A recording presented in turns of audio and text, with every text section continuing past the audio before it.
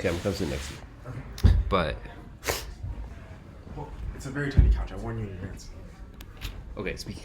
Okay. What were you gonna say? So, I think the fog of AI has cleared a little bit. Where I remember when GPT-3 first dropped, people were unclear about how sharp of an exponential we were on, and also like what were the timelines for total transformation of society.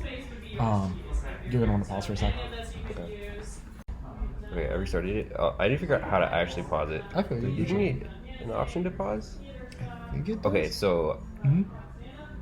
well, whatever. Test things. Yeah. Is it going right now? Yeah, it's good. Okay, perfect.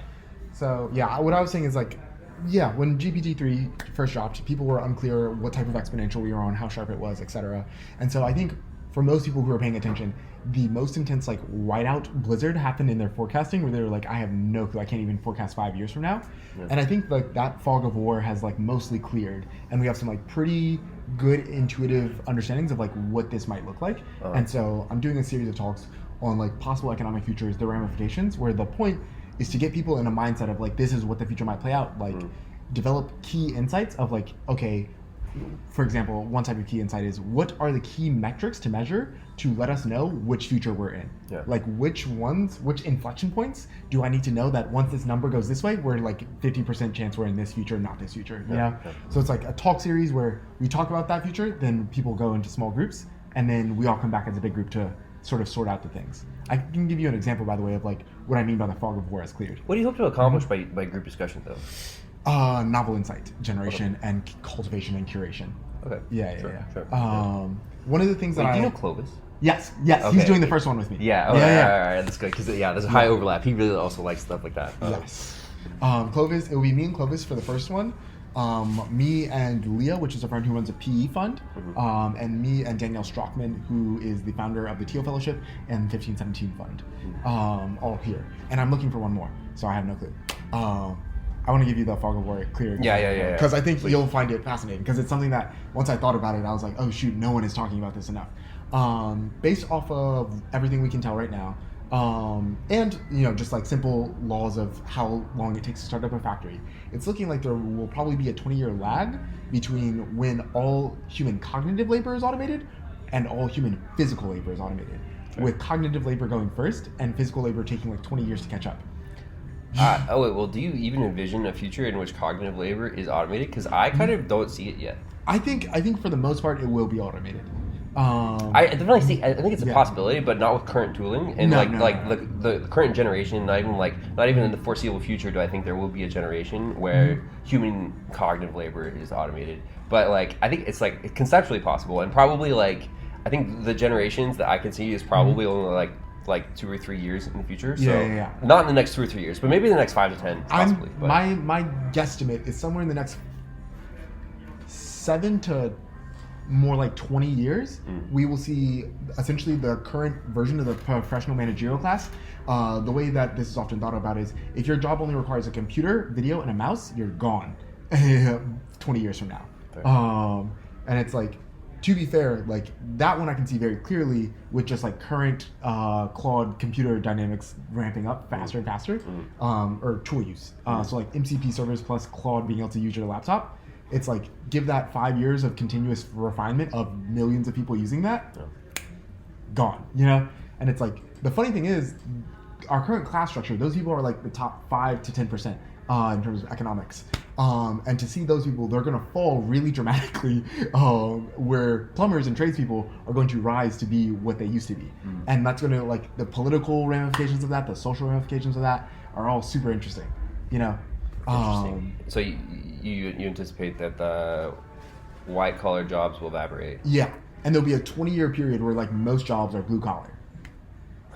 I feel like that is just purely because it takes. I don't feel like I don't feel like it's impossible. I just feel like it's very speculative. I feel like cognitive labor evolves, or is probably going to evolve in nature, and so like what we currently think of as cognitive labor is going to change. But I kind of don't really picture it ever going away. I picture it completely going away. Okay. Yeah, I think one of the theories that I have about how this goes away is kind of interesting too. Of like, I spend a lot of time thinking about theories of transition from where we are now to where we will be, because I think those are where you can find the most insight. specifically, let's say we assume that it does go away. How might we see, like, what are the tells? This is why I'm like wanting to do these talks, because essentially, when building like speculative future theories, the thing that I look for is like, okay, if this is one narrative, what are the indicators, the leading and lagging indicators that I'm in this narrative universe? And for me, one thing is like, as you get closer to all cognitive labor going away, the individual actually gains parity with the firm. So currently, huge firms are much more capable than individuals at creating value at a mass scale. And that, as you see, like cognitive labor decoupling from persons, you should actually see individual persons getting dramatically more competitive. I won't say productive, because that's not the right actual term, because if it was just pure productivity, then big firms would still be king. It's actually that they get more competitive with firms. They're able to do whole marketing departments by themselves, et cetera, et cetera, et cetera. What was the idea that you had that you told me about last time? You said it was like it's similar to how like oil companies and tech companies are very similar, where they're like one person has like a disproportionate effect on the whole economy. What do you call it though? I don't remember. Are you talking about crypto sovereignty? Yeah. Because I think you said something crypto. I don't know if it was sovereignty, but yeah. So this is like the idea of like political structures are downstream of economic structures, right? That the more concentrated the wealth generation tools of a society are, the more concentrated the political generation or the political tools of a society will be. So like Saudi Arabia, 100 people can control all the oil fields in Saudi Arabia. Therefore, monarchy makes sense. You know, and like in America, like there's no single, at least not currently, like source of wealth generation. Therefore, the whole political playing field is more even. But compute actually has dynamics, especially as AI ramps up, that are more similar to oil and less similar to citizen productivity. And so you might see these. There's two possible futures, right? You might see either huge tech people become closer to monarchs, or you might see like a decentralized compute nature wherein the individual citizen has much more sovereignty than ever before, because their economic productivity is almost inseparable from them, you know, especially if you have like very strongly encrypted compute.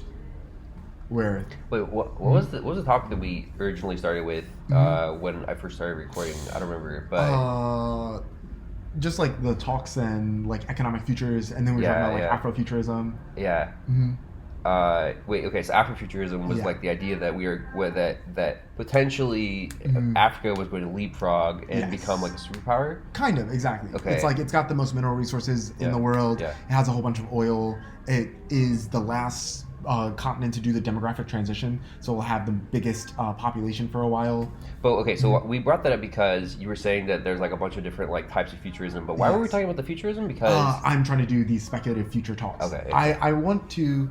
One of the ways in which I work is, I think humans are narrative creatures, right? And so if you can fully immerse yourself in a narrative of what the future might be like, you can actually think better about it. Yeah.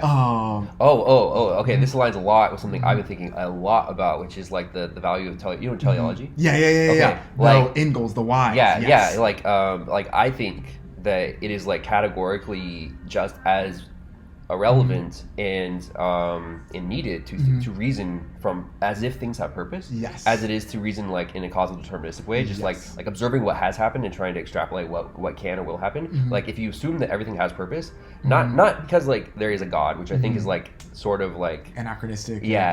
No, just because like I think that it makes more sense. It makes more sense. It allows you to make sense of like, and also project your reasoning into the future in a way that you just cannot do with causal determinant reasoning. And it allows you to like. It allows you to cut possibilities much quicker. It gives you constraints. Like you can constrain the chaos that normally is present in your perceptions down and like really like simplify the problems if you can reason about things from their purpose. And so I think it's like really important and also like really weird that like in the university system, this is a tangent. We'll come back to it. No, go for it. But in the university system, like maybe not system, but like not just system, just like for some reason, like in the intellectual sort of circles, like it has been sort of like poo-pooed, I guess, you know, like or like put down, like people kind of like teleology isn't really that it, or at least like it's not really like equally important in as a way of reasoning, and I feel like that's really weird because to me it seems like it's it might be more speculative, but it is like just as necessary. Yes, and despite extremely that. powerful. Yeah. It's like almost like causal deterministic logic is like running a foreign program on your brain, and teleology is like the natural way to run programs on your brain. I totally agree. And so it's like you can go a lot farther, a lot faster, and like one of my favorite things to do is sort of like see if I can like almost to view the world as like wars of teleology. Like okay, this is going to be a weird one. Crazy weird tangent to explain a concept. Kind of maybe an uncomfortable tangent. But like one of the ways that I think about the world is like it's belief systems warring to make themselves true. And so a good example of this is like racist people believe that black people are dumber than white people. The discrimination that follows from that belief actually causes black people to be more likely put into neighborhoods that have lead pipes, which lead actually does decrease IQ. And so it's a belief that like kind of makes itself true. And it's like I think of the world as like a whole bunch of different beliefs all competing to make themselves true. You know? In this way, I think of like teleology as the way in which it's like when you believe something, all your actions will now progressively make that world more true, more real. So I forgot why we brought it up. The futures, understanding the whys of the different futures. Okay, so you were going to say something about the futures and the whys. But it wasn't related. Was it related to your future talks? Somewhat, not really. I'm glad that you're keeping more track because. Okay, sorry, I'm a little bit spacey today. You're chilling. You're good chilling. Continue, please. So like, I'm thinking one of the things that I'm really curious to investigate is sort of like, I want to drive. I don't think many people in the current moment, partially because we just came out of such an intense moment, and this is maybe another side tangent, but the future I think is going to only continue getting exponentially more intense. So I think like it's very helpful to like, keep that in mind. But I think like lots of people, the combinations of like COVID, Trump's presidency, and sort of just like the intenseness of the past few years has like completely, or that's what I was thinking about. COVID, Trump's presidency, and AI all dropping like sequentially, I think like made people kind of like just completely blank out in terms of this like highly detailed forecasting. And that's what I'm looking to like restart. It's sort of like, Ray Kurzweil, famous futurist, is always like Moore's law, the singularity, all these very specific predictions. And one of the things that I'm trying to figure out is like, okay, I talked to you about crypto sovereignty. What are the tells that we might be trending towards that world? What are the tells that we might be trending towards techno-oligarchy? What are the tells that like neither one of these are correct? What are the tells that solar punk is actually going to happen? All these different types of things. And like in these worlds, what are the demographic shifts?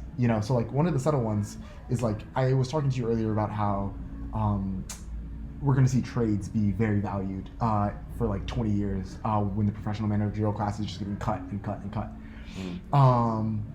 One of the things that is like a second line effect of that is like political differences are, especially there's a great study about political differences towards the EU. Women who work in like very high paid like professional managerial jobs are very oftentimes very pro-European Union, very liberal, etc. Where like men who work in trades are oftentimes very anti-Euro, very Eurosceptic, very conservative in their leanings. And like currently the economic reality of that is like Europe is more liberal, especially on the economic side. Those people make more money, they have more cultural influence, they are more dominant in society. But as that starts to shift, we might see like very different politics return to Europe in the first time since like our grandparents, and there's like that really intensely dovetails with like this current other trend of like the US having to pull back out of Europe and focus on the Indo-Pacific. And so Europeans are like rearming themselves. And so you might see like the return of continental war, which is like super interesting. And like also not great. You know what I mean? But it's like all these sorts of things you can start to like see how like in different futures you have to like reshift all your probabilities of like what's likely and what's not likely. Are you familiar with Peter Zeihan? Oh yeah. Okay, that reminds me a lot of something that he's been saying.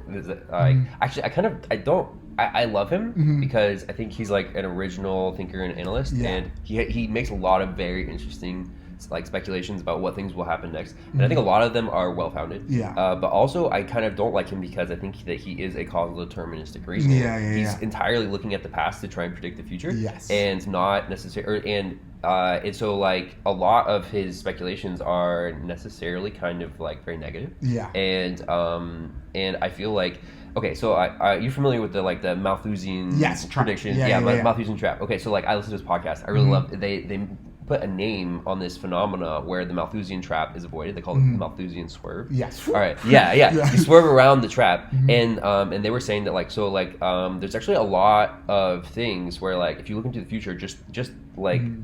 Taking into deterministically, see it. There's a lot of stuff where it's like you would assume, and also like could assume in the past that we would like run out of resources, that like bad things would happen just because of how things were trending, and then like and it's been so like constant and reliable that like every time like bad things weren't going to happen, we noticed at the last second and collectively just like swerved around it, and it happens very reliably, and so. I like Peter Zihan, but also I feel like his reasoning does not take into account like this, this latent potential and the unknown of like we also have potential for good and also like creativity and ways to solve problems that we don't even know about yet. Yes. And so, it's like I don't know how you can factor that into your models. I'm not sure if there is a way to do it. I'm sure there probably is, but like taking my approach, it's like, how can I see as many possible futures and as high resolution detail as possible, and then just collect from this high resolution futures like a set of things that will tell me which one I'm in. Does that make sense? Yeah. Like both positive and negative futures. Yeah. And then I'm just like, all of these have indicators. Hopefully my indicators are good choices. You know what I mean? Yeah. Like I'm really excited about like the decentralized economic future of like, what does it look like? Keep talking. Go for it. When sort of we as a species can move beyond like these like terribly oppressive ways of like generating value. Like I think about, this is like a very dumb one. But if compute is like oil, right? And especially if that holds true for a long time over, the future of our society, then we might be able to see like small groups collectively co-fund like a small compute cluster where they all use their own local LLM and then contribute money back into their community as like a self-creating resource loop, almost like people buying a farm, but the farm is just a stack of computers in someone's house. I don't know if the analogy holds though, because oil is a high value but also consumable resource, and compute is not really consumable. I mean, like it's consumable in the sense that like there's a finite amount of it, but we can make more of it. We are making more of it, and also like it's reusable in a way that that oil isn't. Yeah. So I feel like the analogy might be more like land. Yeah, real estate. I was thinking that. Yeah, like or something else that is like. I mean, a finite but repurposable, Yeah. And it's like that. In my mind, if you think of it more like land, it even adds more to like the techno-feudalistic perspective a little bit. Where it's like currently who owns all the compute, who owns all the land. Yeah. Some very stubborn lords. But I think it's also one of the things that I'm also looking for a lot, and this is also why I was like looking for leftist people, is. When both sides converge on the same set of ideas, that's when like it seems to indicate to me that something deeper is happening. So a good example of this is technofeudalism, where both Yanis Varoufakis, the Greek economist, super huge socialist, and Curtis Yarvin, like the super Nazi fascist, are both saying that like tech CEOs are closer to lords than they are to CEOs. And like that's two very different groups of people with diametrically opposed beliefs and ideas, and different teleologies and they're all saying like, oh no, this is like a newer political phenomena. So I'm like, oh, there might be something there, but it's very hard to get enough people in the room thinking on the same thing from so many different perspectives. So that's the goal. We'll see whether I can actually make it work. This is super interesting. Yeah, I am kind of curious why you were focused on these like socioeconomic, I guess like big picture. Yeah, big picture political sort of like thought or like questions. I think we're about to probably go through a century that will make like the 20th century kind of look like a cakewalk. Yeah, for sure. Yeah. And so I'm like trying to keep my head in the game. I think it's like everything's accelerating. It's just going to keep accelerating. Exactly. Yeah. And so it's like, I think, are you familiar with Otto von Bismarck? He's the dude who unified Germany. So Otto von Bismarck is Wait, what time period? 1840s through the early 1900s. Okay. That's like roughly the time in which he's active. Well, I shouldn't say the early 1900s. He's already done by the early 1900s, but he predicts World War I, and it happens like almost exactly when he predicts it. He dies like 10 years before it. Yeah. So I should say early 1800s till like late 1800s. Before then, Germany was just a whole bunch of small countries, all loosely agglomerated. Like it's post Holy Roman Empire, but pre Germany, you know. Yeah. He invented a whole type of like way of thinking about politics called realpolitik, and it's something that like has deeply influenced the way in which I think. He's a super huge conservative, like extremely super huge conservative, but he was super great at just looking at the world and predicting how it's going to play out via understanding like the motivations and like the struggles and the constraints of everyone around him. The funny thing that I feel like is not talked about enough, and part of the reason why I'm so interested in these things is because I feel like there's actually like a huge theory opportunity here, which academia is not on, and like, this is a quick tangent. In 2 minutes after I finish this rant, I have a whole nother rant about a big picture trend that I see for the 21st century. I'm here for it, yeah. Okay. But I think tech companies in the modern day are geopolitical actors in the same way that states are.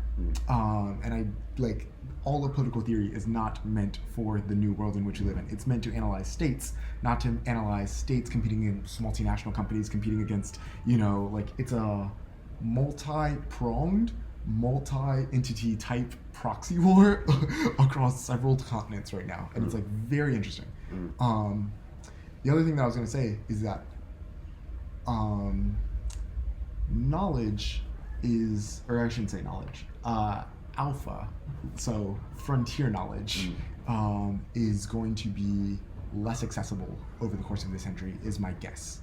Hold on. Alpha, define alpha. Let's say you have a secret that Tim Cook just got poisoned. That knowledge is alpha. It is unique knowledge that the market does not yet know. I see. That is very valuable to have, but you cannot derive it from anything else. You just have to know it. Yep. Sort of like the laws of physics. Like the first person to crack like the equation to make an atom bomb, that was alpha until someone else cracked it. Market relevant secrets. Exactly. And not necessarily market relevant. Like in the origin of the term, yes, but when I use it, I mean it more generally. Like just like relevant secrets. Exactly. Very, very relevant secrets. Powerful, unknown knowledge. Exactly.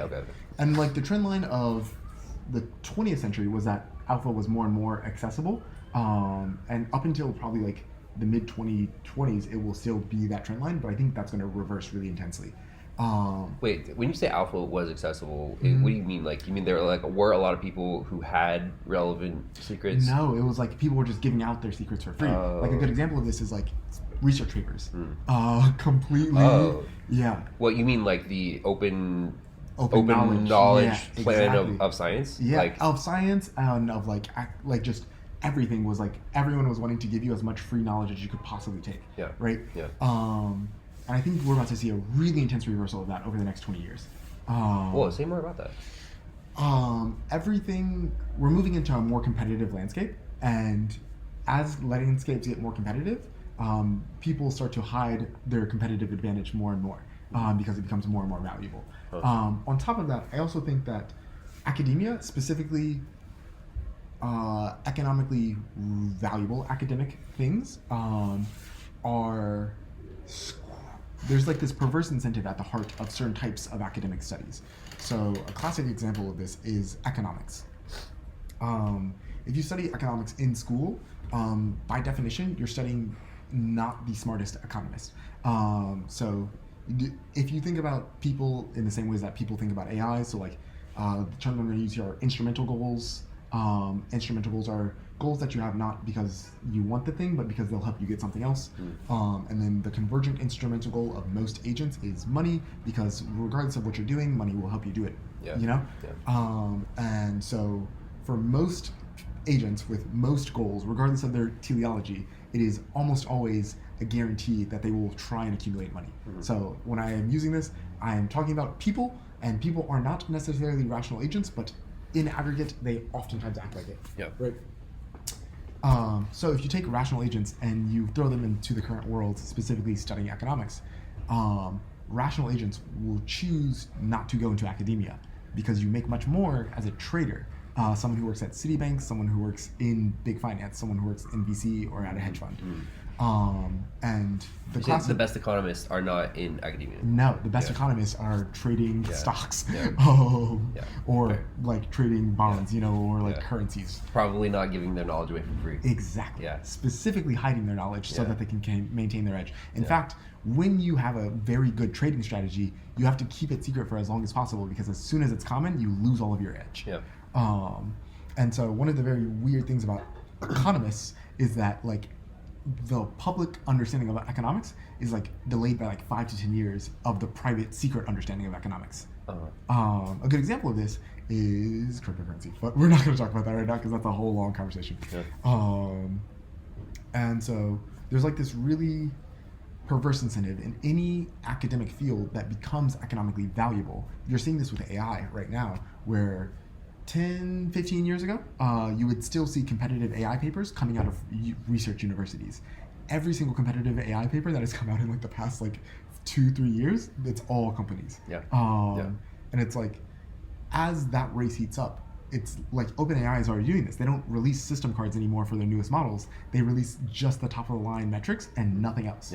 Meanwhile, like DeepSeek is currently releasing papers, but as they get more and more competitive, you can expect all of their insights to slowly get locked up. And so like, as like, I think one of the major trends that we're going to see over the like course of the 21st century is like this actually retreat of knowledge, where people with knowledge are going to try and guard it and keep it a secret much more. I mean, like definitely. Okay, so I have friends who work at K-Scale, and they were telling me like, okay, so like all the big robotics platforms are completely private. And so like every big company that's trying to make like a self-driving car is literally reinventing the wheel, creating their own data sets to train with, and also their own hardware, and doing everything independently, because like everyone's trying to be the first across the line. So it's like a developmental arms race. And but all secrets are closely guarded. I don't know though if the alpha was necessarily like more free before, because like I think it was. It was just wasn't in these fields, right? Well, no, I think even still, like if you go back 5-10 years, like the top economists were putting out research papers still. A good example of this, Barclays, which is a hedge fund, and just big finance company in general. They're like a bank, and they have a whole bunch of different things, but they put out research papers occasionally on trading strategies that they use. And it's like, that is something that I think is going to go away. I guess the other thing that makes me think that knowledge is going to be scarce is I think people are going to move to locally hosted, encrypted LLMs fairly soon. At least anyone who's doing anything of merit, because there's been so many stories recently of people being like, oh shit, ChatGPT like is sucking information and like sending it off to OpenAI, and it's like, that's actually a weirdly scary thing to think about, like, oh, like this conversation that I'm having right now is going to be trained on, you know? And so like, wait, I thought that was like specifically part of the thing that they were promising, is that they weren't going to do that. They so do. There's like so much on this. Okay, all right. So like, that's going to change the way I interact with ChatGPT. Right? It's so intense. So I think like plenty of people, I think, they did promise that they wouldn't do that. And but OpenAI promised a lot. Okay, all right. You know, they promised that they were going to open source their models. You know, so. Wait, okay, so the alpha is going to become much less available. It's going to start to become like industry specific, sort of like arms races. And wait, so do you anticipate that we're going to be moving into sort of like it's like there'll be technologies developed that will be like super groundbreaking, but also like super controlled by like small groups of people. So we'll like have like sort of technofudalism, sort of like. I mean, that's a possible future, right? I think another possible future is sort of like commercialization of these technologies will be tightly controlled, and after a certain point, then it will become democratized. Sort of the best way to think about this is like CIA docs. Like CIA docs are classified for like 50 years and then they get, unleashed. And it's like. That's like one model right there is like in the crypto world, this is actually super common, where things transition from a BUSL license, which is business license, but in the license it has an expiry date in which it transitions to a copyleft license after a certain date. And I think like we'll see a lot of technologies like that. Interesting. Copyleft has always like been a little bit funny to me because like when I first learned about it, I was super into like free and open source stuff, and then after a while I learned that like there's kind of no business incentive for it, and a lot of time it can actually just muddy the waters and make things harder to deal with. And so like if your intention is to make money, then often like there's literally no incentive to do open source or copyleft anything. And actually can just like make it harder to do to accomplish your goals. And so like there's a lot of like, I don't know. I used to be like very pro like philanthropic like software and like ideologies, and now I'm kind of like less sold on it because I feel like it the ideology gets in the way of progress. Like people really want these ideas to be good, but like usually like the downstream effects of the technology just being really well funded because the company is not copyleft and not worrying about philanthropy is actually better in the long run than it is for like a company to like try and do something that is good for the world up front, and usually it just like slows their progress. I think this was the intention behind the BUSL license. Like Uniswap, it's a decentralized crypto exchange. So it's one of the biggest exchanges. Like it even rivals like centralized exchanges these days. And so it allows you to trade any two cryptocurrencies for another on the same chain. So you like currently, I don't think you can do cross-chain swaps on Uniswap, but like you can trade ETH for like wrapped Bitcoin or ETH for Doge, or it doesn't really matter. And it's completely. Every time they version it, the old version becomes completely open source, and then the new version is like their actual business one, where they still take fees on it and everything. And this is something that like I didn't. So earlier we were talking about crypto sovereignty, and when I first thought about crypto sovereignty, I didn't have an idea of how it would play out. But crypto sovereignty really dovetails quite well with what I call the protocol economy. So we've talked about the like dominant assurance contracts and all this. That's like 400 lines of code, and like. Did you get yours running? Yeah. I have it completely running, and I'm trying to decide, okay, what's the best way to like actually turn this into a real thing. But it's like, okay, I sat down, had an idea, turned it into a protocol, and if the protocol blows up and I take like a 0.1% fee on every time someone uses the protocol, it's like an individual just made a whole funding platform without any help.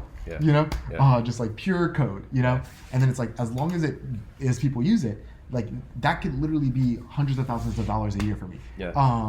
And the government can't take it because it's literally a crypto wallet. And so it's like I have the keys, just fucking burn them and like just memorize my keys. And it's like, wow, that's what I'm talking about in terms of crypto sovereignty.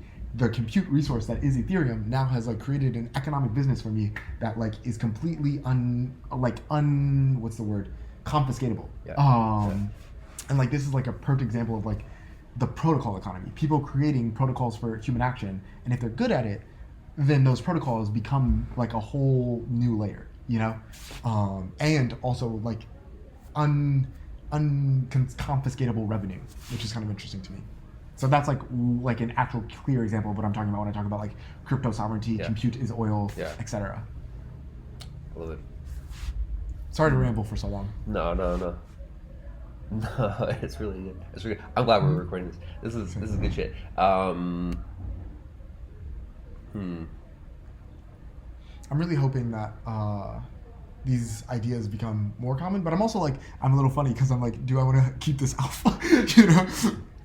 That's okay. That's something that I've been thinking a lot about. Like, okay, so there's like, actually, I was talking with ChatGPT about this the other day. I'm trying to write a book, right? And I've worked out a bunch of stuff that I feel like represents alpha, but I think like the key is to release the core, Mm-hmm. but not the implementation. Yeah, you know? yeah, yeah, right. yeah. So like tell people about the ideas, but Mm-hmm. if you want to Live? actually, if you want to live, then reserve like the actual details of how it's implemented.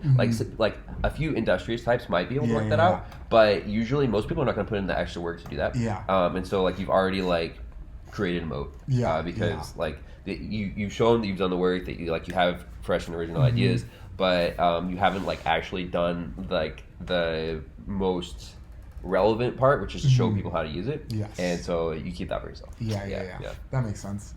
I'm curious also to see, one of the things that it feels very intensely is like that people forgot the game. I'm not sure I lost the game. I feel like people game. Yeah. I forgot about that as well. Yeah. But like people don't really have their heads in the game of like society much right now.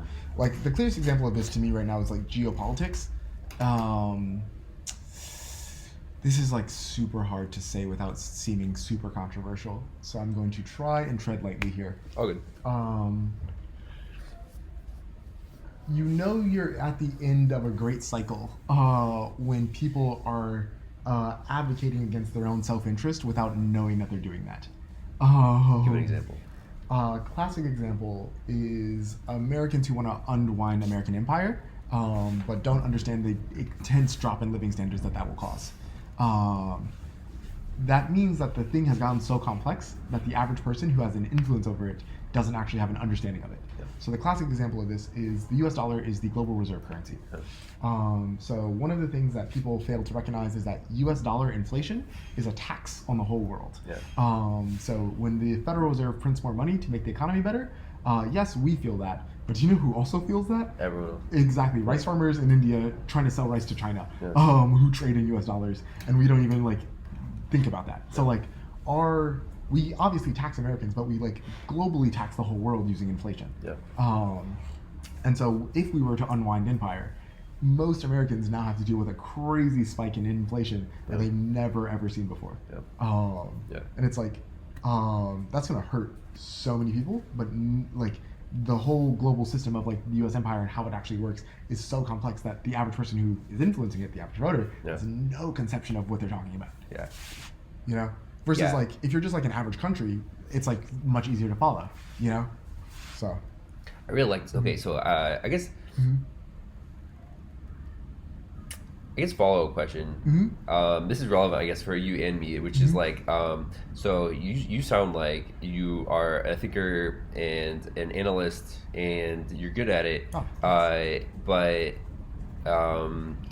and I've had this conversation a little bit with Clovis as well, which is that Clovis is also like really interested in all this stuff. He wants to like create a company like writing white papers. I don't really know what that means or like how that's monetizable. But like, do you want to also like be like a full-time thinker slash? No, I'm much more interested in creating effects on the real world. Yeah. Well, I mean. Direct effects on the real world. Controlled by me effects on the real world. Yeah. I'm a little bit too much of a control freak. Okay.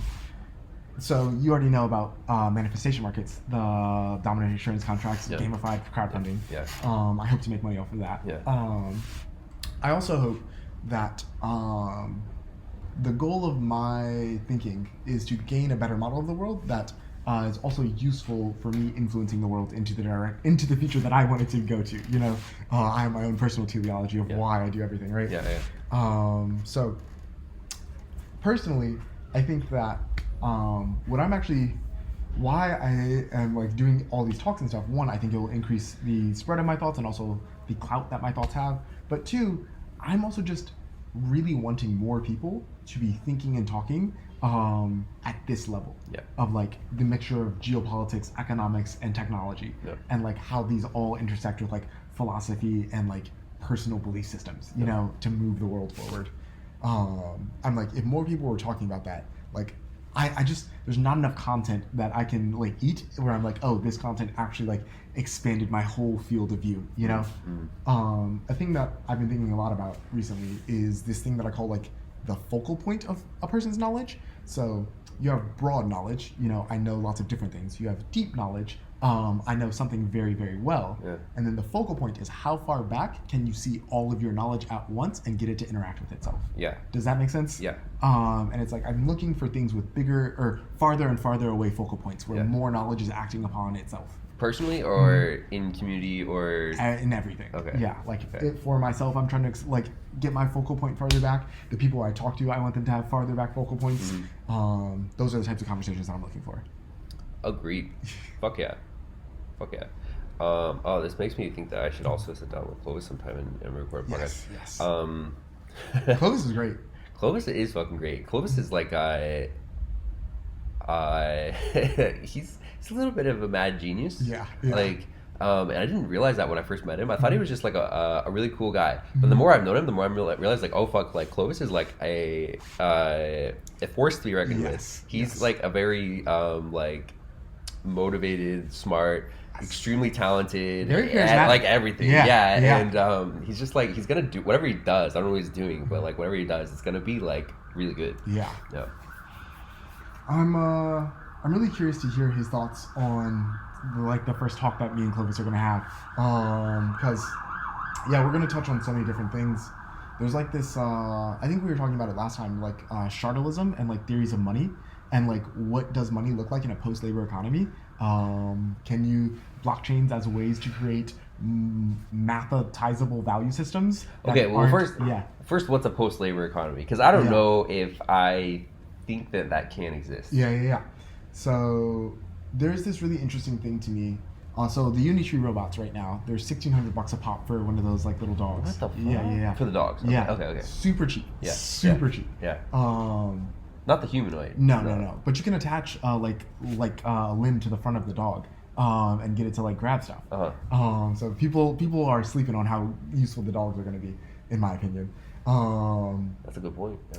But the thing that is fascinating to me, let me take a very small example of a post-labor economy. I'm going to take a single co-op and make it 90% post-labor. I can't get 100% post-labor. No one can right now. But even just with today's technology, there's this house called Moonstone House in the UK. It produces more electricity than it uses. And it's in Cornwall, England. So it's not that sunny there. It's a very expensive house to build, but it's very much worth it.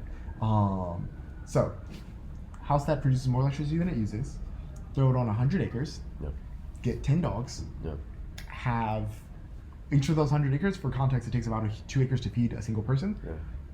You can keep most of the environment natural and do like permacultural food forest and still get industrial agricultural yields using dogs as the harvesting robots, or so that you don't actually have to like do road-based agriculture. Like you don't have to plant everything like this. You can actually do a forest. All right. I think you might be leapfrogging some steps there, but okay, like let's assume it's possible. Then what? Yeah. Then it's like you have this house that like produces more electricity than it uses, and if you place it in the right area, like let's say Upper Peninsula, Michigan, where I'm thinking about this kind of a lot, you have groundwater, so you don't need to worry about water purification or any of that. And it's like, okay, so you have water, you have food, you have housing. Obviously, you don't have clothes yet. That's like part of the thing that I can't do. Clothes take so much resources, so many ridiculous amounts of resources. But it's like just based off that, you can get like almost the bottom of the pyramid knocked out. Oh, I mean, okay, like subsistence.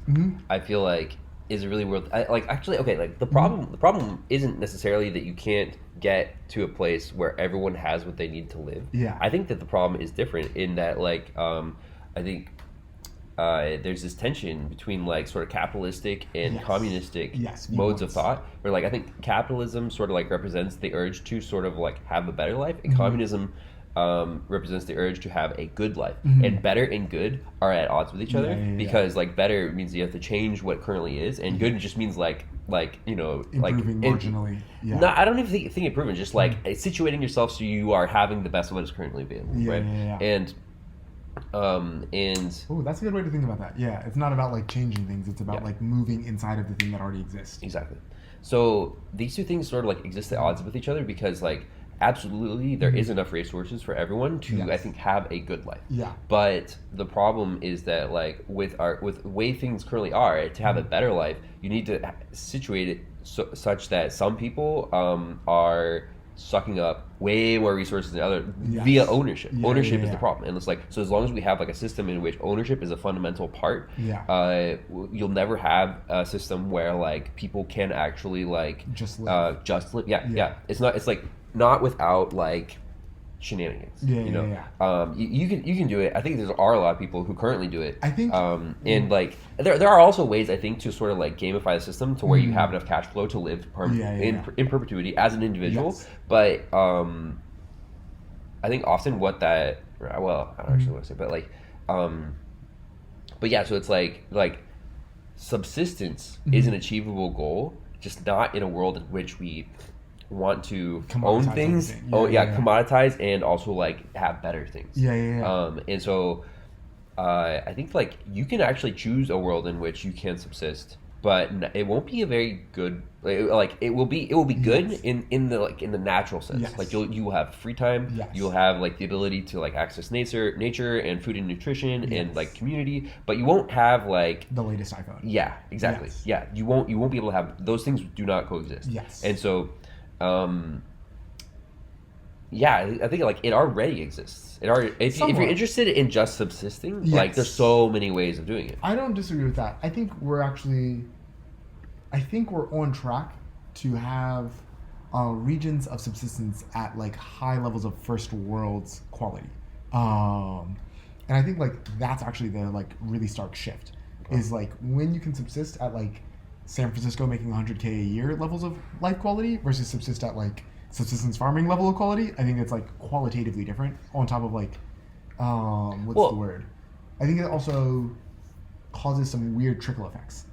Actually, okay, like I think that this is like a fundamental problem with that. I had this conversation a little bit with Clovis, which is that like I went to one of his talks and he was like, what does a post-labor economy look like? And I'm like, I don't actually think that can exist because literally like what it means to do labor is going to shift. It's like it's a thing that exists on the horizon, and the closer you get to it, like it always stays the same distance away. Like so it's like you might have thought like living 200 years ago that living in modern America as a person who lives in poverty would be like amazing, right? Because you would have like air conditioning, you have a microwave, refrigerator, you'd have so cheap. You would have like you might still work all the time, but you would do so in conditions that were so much better than they were 200 years ago. You might have thought you'd be happy with that, but now most people who live in poverty in America are not happy with that. And it's like it's kind of like this whole thing, you know, Adlerian psychology, courage to be disliked. Like trauma is massively dictated by your personal experience. It's relative, right? And it's like I think there are people right now in I don't know if third world is an acceptable term, but like in global very poor countries that would be very happy to live as a lower class person in America. But the lower class people in America are not happy with that. And I think it's because it's like it's a sliding scale. It's it's like anytime you achieve the better thing, there's always going to be something better than it. You're always going to be dissatisfied, and there's never like so like I think that is true in a whatever the post-labor economy looks like is literally just going to look like this thing happening more and more. People are always going to like have better things and still be unsatisfied because there's going to be better things than the things that they have. I think somewhat. I think part of it, and this is like deep communist theory, is like induced desire and commodity fetishism. How do I explain this?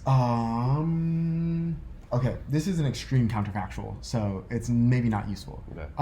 But the counterfactual here is like monks, people who purposely choose to have less and are oftentimes report higher fulfillment. I think what this indicates is like some extent of this is truly deeply psychological, of like the society you're raised in determining how much this actually matters, you know? And I think what my prediction for the future is that you see like great balkanization of society. I think I've talked to you about this before, where there'll be like several parallel societies all operating on top of society, and people will like kind of self-select into the one that fits their internal value system the most. That feels right. You know? Snow crash. Yeah. That's what happens in Snow Crash, right? Is it like the greater America fractures into like thousands of tiny countries, and they're all like even like on like a one block plot of land, it's their own country, right? My vision is that it doesn't fracture into true countries, but it's sort of like overlay countries, if that makes any sort of sense. Sure. That you could imagine like, yeah, I'm super obsessed with this concept. This is like a huge thing that I'm working on in the background. But like, let's say I ran a nonprofit and this thing was owned by a nonprofit, right? Like this specific floor, right? And that nonprofit actually has like a federated membership thing with hundreds of nonprofits across the world, such that if you're a part of one, you're a part of all of them. And you can like, no matter where you are in the world, you look up, oh, what does my state own in this part of the world? And like inside of this building, you're not worrying about police. Like literally there could be a whole bunch of like meth right there, and like cops would never know and they wouldn't care. Like private property is like, this is the thing. You can do this on top of capitalism. You can't really do this on top of communism. Because of private property rights, it allows for this kind of weird overlay society, you know?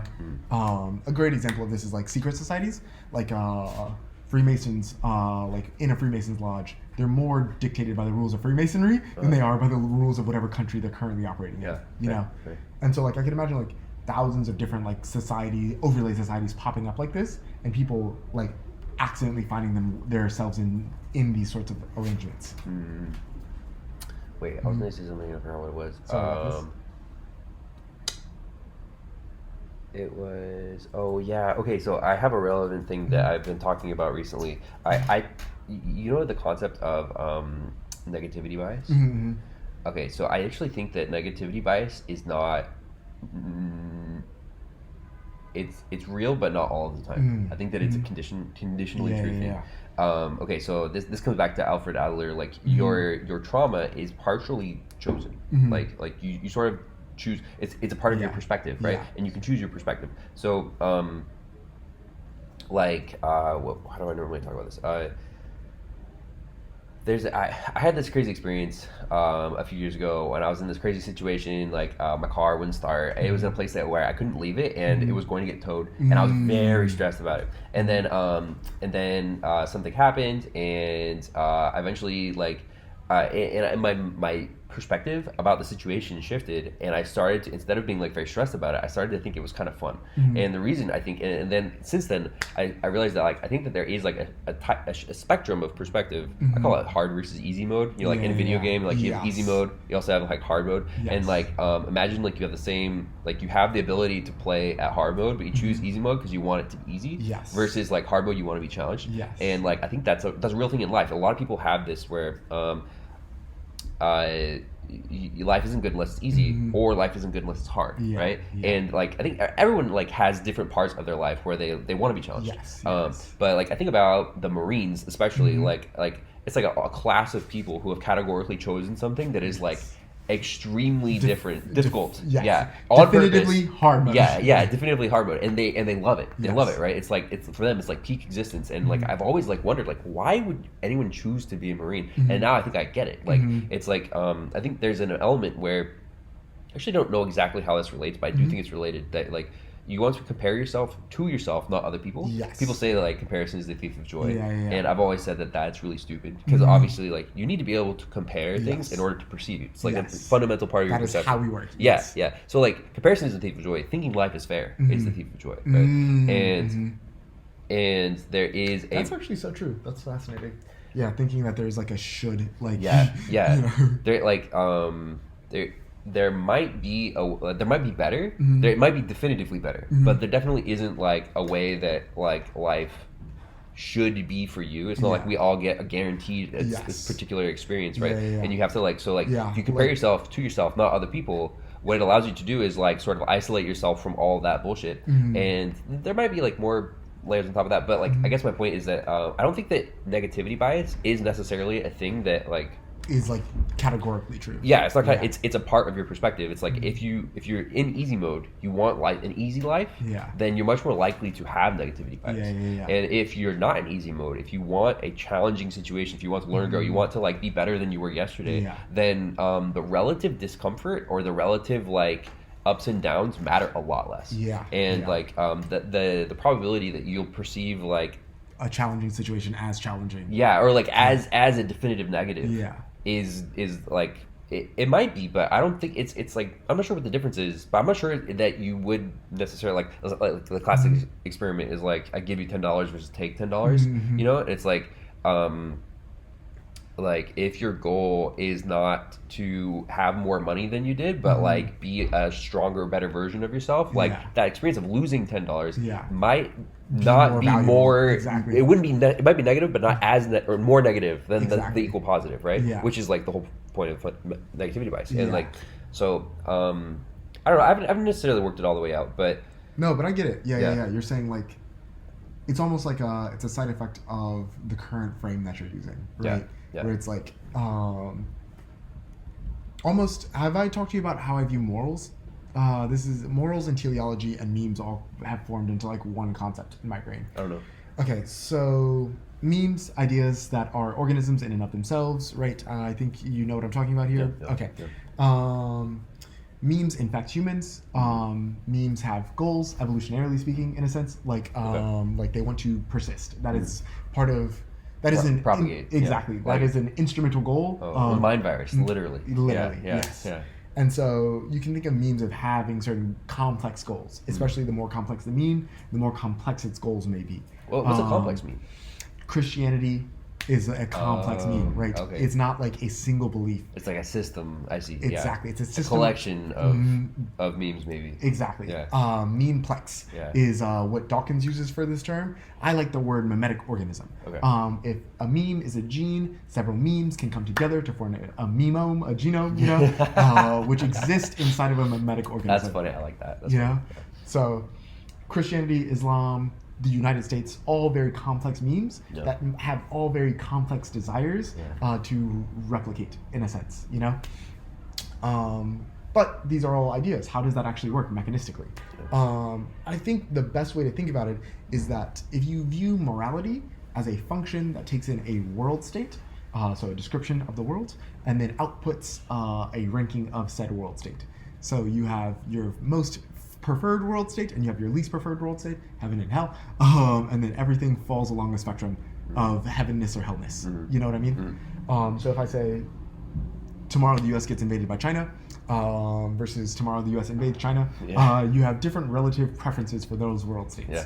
And that the world state preference ranking actually encodes all of your morals. Like you would prefer worlds that have less child murder over worlds that have more child murder.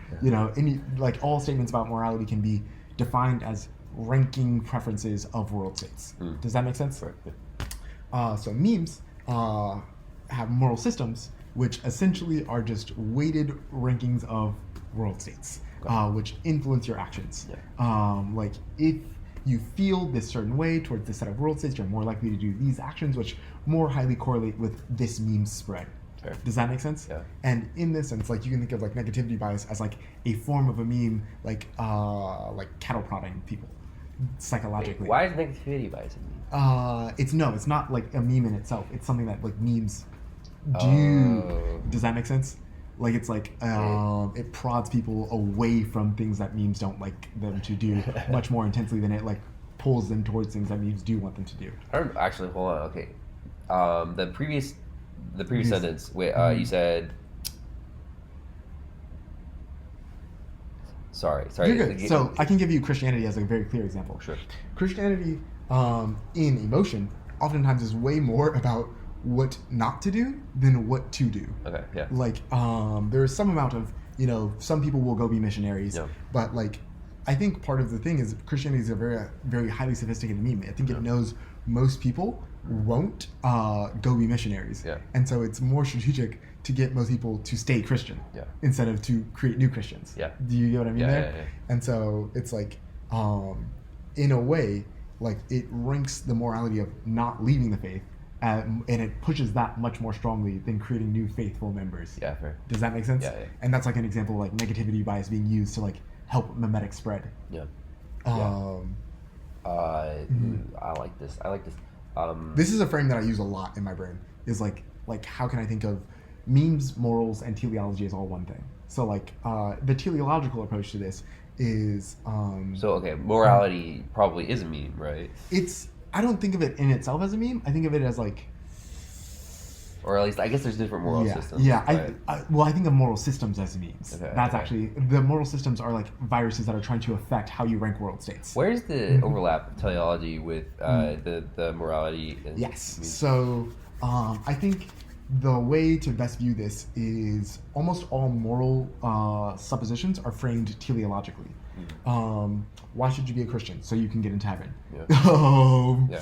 Like what? So most moral systems work teleologically kind of like this, where they suppose a heaven state and say the reason you're doing everything is to wind up at this heaven state.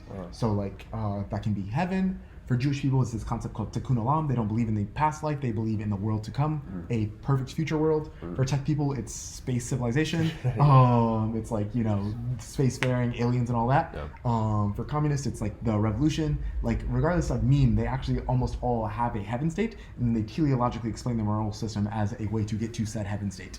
Does that make sense? I suppose, but I might be using the word teleology differently than you. It's a set of whys. Well, okay, hear me out though, because in my mind, and this might be my own extrapolation. Yeah. But I think that teleology is actually formally teleology is like reasoning about things from its purpose. Yes. But I think what it is beyond that is actually specifically like a way of reasoning about things in the future versus the past. Like causal deterministic reasoning is like past focused. Yes. It's like you're looking backwards. Yes. And therefore also like focused on like the set of like sort of like. Okay, so I don't get too deep, but so I have this like dichotomy in my brain between like maximizing gain and minimizing loss. Yes. And I think that like, causal deterministic reasoning is a way of minimizing loss because it's concrete. You're looking at something that has happened, you know it's happened. Versus like teleology is more speculative. You're thinking about things in the future. You're reasoning about things from their purpose. You're not 100% sure if the purpose that you like impose is true. But it also allows you to make sense of the future in ways that like you can't with causal determinist reasoning, and it allows you. It's necessarily more like creative, aspirational, like generative, and like kind of just better for you. I mean, somewhat. I think it's more. I think they're like intoxicating. That's the word that I would use. I think there is latent potential in the unknown that you can't access. Yes. And also I think that there is more positive potential in the unknown than there is negative potential in the known as a general rule at any time. So like when you turn your attention to the latent potential in the unknown, you you're opening up a space for more positive possibilities. And so while like I think it's like it's easy to fall into this sort of like way of thinking where you think that they are equal. I don't think that they're equal. I think teleology is better in like in a way that it takes faith to believe, but it's also like I think it is better. I think like it's like you're always going to be better off, and also your reasoning, your way of approaching reality is going to be like subtly and indefinably better. Yes. And I completely agree. This is what I'm saying though, is that like I think the way memes and morals work is they work teleologically.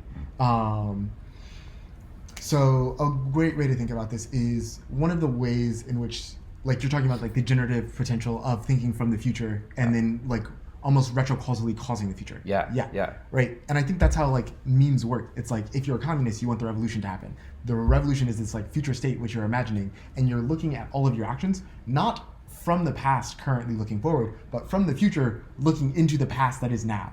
And then trying to construct the bridge from the now to the future. You know what I mean? Yeah. But like for communists, it's the revolution. For Christians, it's getting into heaven.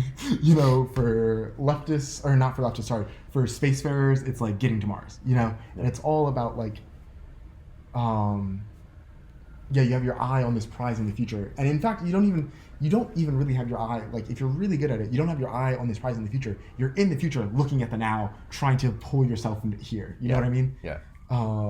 Exactly. Yeah.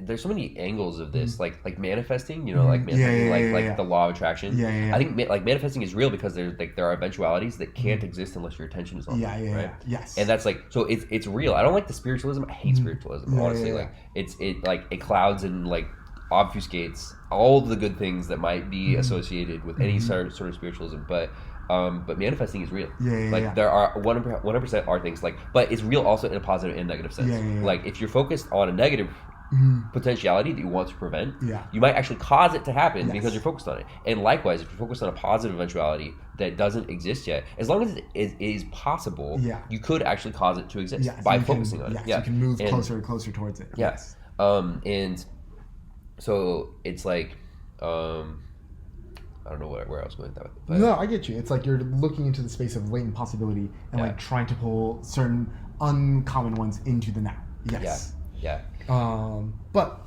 I think of all of these things like morality, memetics, and like teleology is like all like kind of the same thing. It's like in a very like heady like fiction sense. You can think of it as like futures as beings that are trying to pull you towards them. You know, and it's like the ways in which they do so are like via convincing you that their future is better than others, and also subtly convincing you that all the steps to get to their future is like the best thing to do. You know, like I think about like EA people all the time in this. So much is smuggled into the belief system without them actively saying it. Are these stars up for grabs? Yeah, go for it. I'd love to have some of these almonds.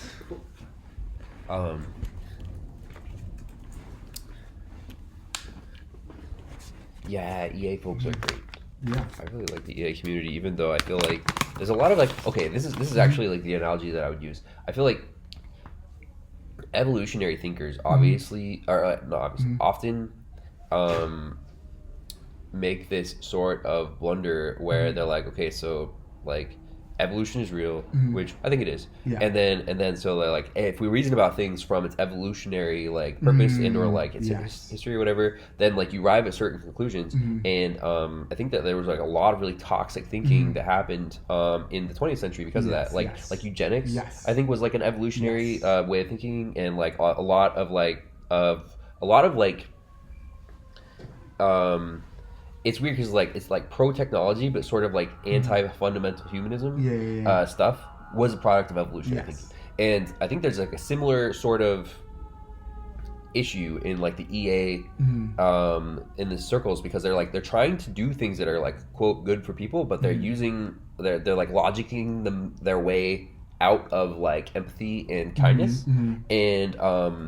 and they don't even like see the trap. And I've always thought like I feel like there's a